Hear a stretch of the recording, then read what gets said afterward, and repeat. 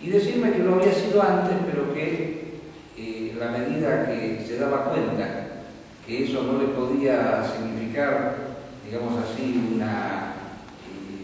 un cierto desarrollo dentro del mundo académico, intelectual en el que vivía, califica la postura de Évola como mito incapacitante, es decir, que incapacitaba para hacer cosas en el mundo moderno, lo cual para mí eso estaba muy bien, que fuera así.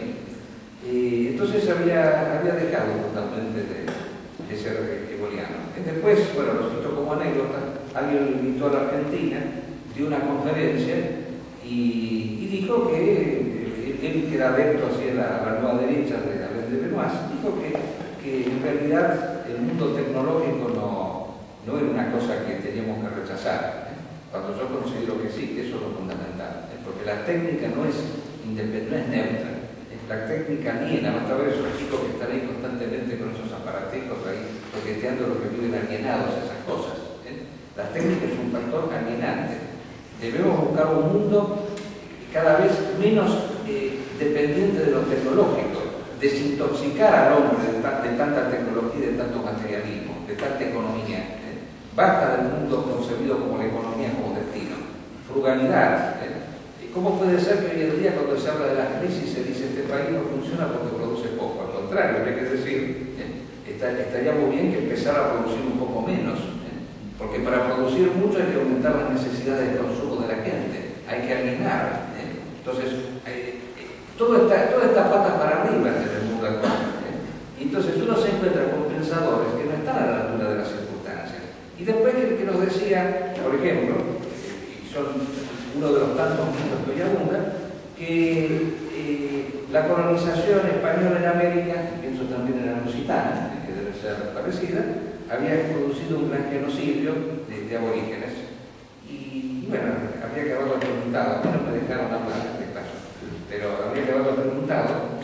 Y bueno, ¿y cómo se explica que en esas guerras de la independencia que hubo en América, que fueron guerras contra mestizos, porque San Martín era mestizo, Bolívar era mestizo, Bolívar aparte de hace poco cuando Chávez desenterró el cadáver, lo encontró envuelto en una bandera británica, y los indios en cambio, que fueron masacrados tanto, fueron los mejores aliados de los españoles en la guerra de la independencia. ¿Cómo se explica eso? Si fueron tan perseguidos y tan explotados y masacrados, como se decía. Son todos mitos que se han hecho para justificar la modernidad. Y bueno, y podemos abundar, hay muchísimos más. Otro autor que decía que había hecho la tesis doctoral sobre Évola y que nos decía que ahora ya no le interesaba Évola, sino que le interesaba Heidegger y Hannah Arendt, esa autora judía que escribió ese libro sobre el proceso de Eichmann. Cosas que ya cada vez se entendían menos. O sea, el pensamiento eboliano no existía en Europa, lamentablemente. Y el presidente de la Fundación Évola, es triste decirlo, se preocupaba porque Évola pudiese ser aceptado en las universidades europeas. Y yo le decía, bueno, pero el día que eso pase, se terminó Évola. Vamos a tener una caricatura de Évola. O sea, qué bueno que las universidades europeas no lo quieran a Évola. Qué bueno, quiere decir que el día que lo quieran, quiere decir va a haber que buscarse otro autor, va a haber que preocuparse, porque ha sucedido una cosa así. Así que, y bueno, mi invitación es esta. En América hemos constituido un centro eboliano.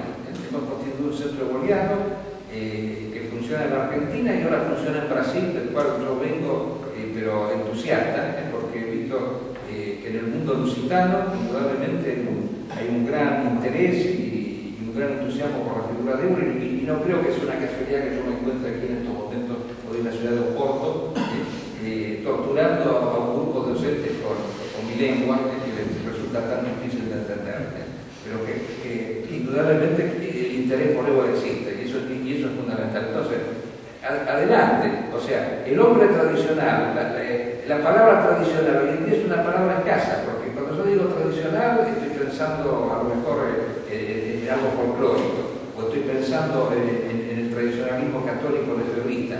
En cambio, cuando digo eboliano, no hay manera de confundirse ni de equivocarse. Entonces, adelante, esa es la idea alternativa. Por otro lado, Évola no inventó nada. Ha actualizado un pensamiento perenne en los tiempos actuales. Y esa ha sido la finalidad fundamental. Bueno, yo quedo aquí abierto a cualquier pregunta que quieran hacer. Acá voy a tener unos intérpretes que conocen bien el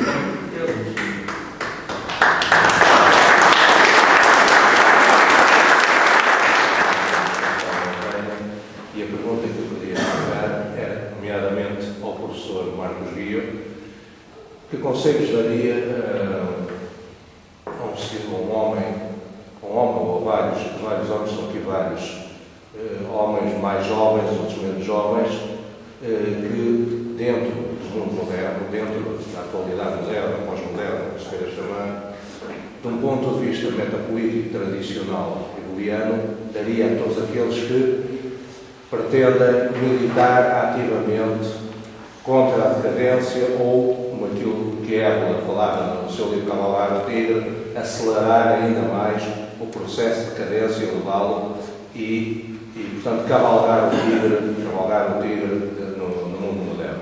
Gostava, dentro da sua opinião, que indicações, que orientações... Muy importante su pregunta. Yo considero que, o sea, hay muchas cosas que nosotros podemos hacer, muchísimas cosas. O sea, lo primero es mantenerse absolutamente prescindente de todas las quimeras del mundo moderno, no participar de ningún partido político, tener una existencia lo menos posible dependiente de toda la tecnología, la economía, o sea, ser, como decíamos, un convidado de piedra del sistema, imponer así grandes distancias. Esto desde un punto de vista personal, pero aún así yo pienso que no es suficiente, porque yo considero que el mundo moderno no se va a terminar solo. Y esto lo decía Évola también. O sea, Évola tenía esta frase clara que lo diferenciaba de René Guénon. René Guénon pensaba que después, una vez que se terminaba la edad de hierro, venía la edad de oro. Y había como una cierta fatalidad en los ciclos históricos. Évola dice, el río de la historia sigue el hecho que el mismo se ha trazado. Así como no ha habido una fatalidad en el comienzo, tampoco la habrá en el final. ¿Qué quiere decir esto? Que la historia se ha hecho cíclica, pero con una decadencia. O sea, no fue fatal que el hombre se apartara de la edad de oro. Tuvo que haber una decadencia. O sea, las grandes sociedades que estaban informadas en principios superiores, que incluso Évola habla de seres inmortales, y que aún lo podemos encontrar en las grandes religiones, cuando el Antiguo Testamento habla, por ejemplo, de Adán y Eva, o sea, ese era el hombre inmortal, era digamos así, un ser, eran como los hiperbóreos, de los cuales también nos hablan otras civilizaciones, seres inmortales, que en algún momento, por una decadencia, por una, digamos así, por un quiebro interior, decayeron y dieron lugar a esto. Ahora, eso no fue fatal, fue el producto de la voluntad humana. Y de alguna manera, el mundo moderno no es algo que se va a terminar solo. Se necesita cabalgar el tigre. La idea de cabalgar el tigre es esta, de que no tenemos que hacer frente al tigre así con nuestras solas fuerzas, porque evidentemente nos va a devorar. Tenemos que cabalgarlo, aprender a cabalgarlo, porque cabalgando no nos puede hacer nada. Y esperar, como marcha así de manera precipitada y furiosa, desaforada, que cuando haya agotado todas sus energías, ahí da el golpe de gracia. Yo desde el punto de vista práctico actual considero que debe buscarse un gran entendimiento de todas las grandes culturas y civilizaciones a partir de ciertos principios comunes, lo que algunos han hablado de la utilidad trascendente de las grandes religiones. Y pienso yo que de las grandes religiones que actualmente, la que ha manifestado hoy en día una postura más radicalmente antimoderna ha sido el Islam. En ciertos sectores, no en todos. Por supuesto que también hay un Islam moderno. Pero el Islam fundamentalista está planteando principios que son tradicionales. Por ejemplo, yo el otro día escuchaba a esta señora Marine Le Pen, que se escandalizaba porque en Túnez habían impuesto a las áreas y habían puesto en un mismo plano al Estado con la religión. Bueno, pero eso estaba también en el cristianismo, en la Edad Media, todas las sociedades tradicionales sostuvieron eso.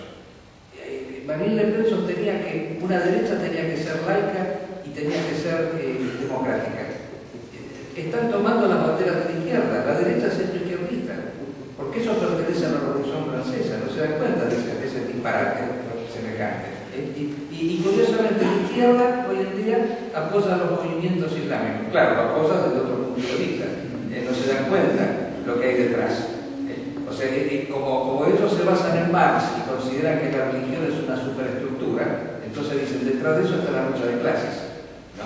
Pero no se dan cuenta que hay algo mucho más profundo, es muchísimo más profundo. Entonces, yo creo que lo que hay que hacer sin convertirse al Islam, eso es un error tremendo, manteniendo nuestra propia autenticidad cultural, buscar un gran entendimiento con las élites de esas grandes religiones que son antimodernas y que combaten a Norteamérica. Que Norteamérica es la cabeza de la humanidad.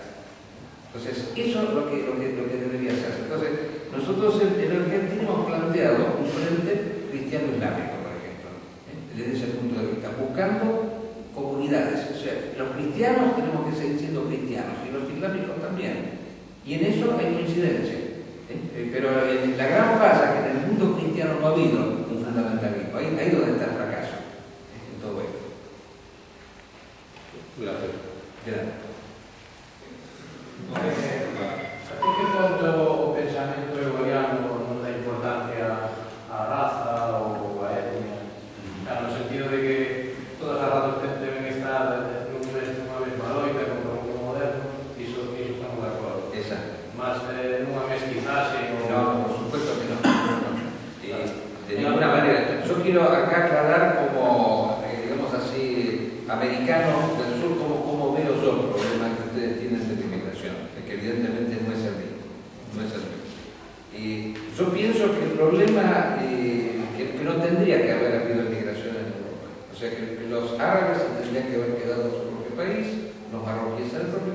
Pero ¿qué ha sucedido? El proceso capitalista ha fomentado la inmigración. Porque el inmigrante es un explotado, esa es la realidad. Es una persona a la cual, si antes el explotado era el obrero, hoy en día la pluralidad se la sacan al inmigrante. Y eso es lo real, yo lo comentaba con él. Yo en este viaje he visto casos de personas que tienen títulos universitarios, que vienen a lo mejor de Europa del Este, y que trabajan de niñeras, porque de esa manera, pagándoles la mitad de lo que se le paga a una niñera europea, por ejemplo, ella lo mismo puede estar pagando mandando una ayuda, un auxilio económico a toda su familia que está en su propio país, por esa gran disparidad que se ha creado en la moneda. No puede ser que haya monedas tan altas y monedas tan bajas. Eso es una cosa absurda y que es parte de este proceso de explotación. Entonces, el día que se termine eso, hay que mantener cada raza que conserva su día, eso es necesario. Pero sin demonizar al inmigrante, porque el inmigrante es víctima de todo esto. El inmigrante es víctima.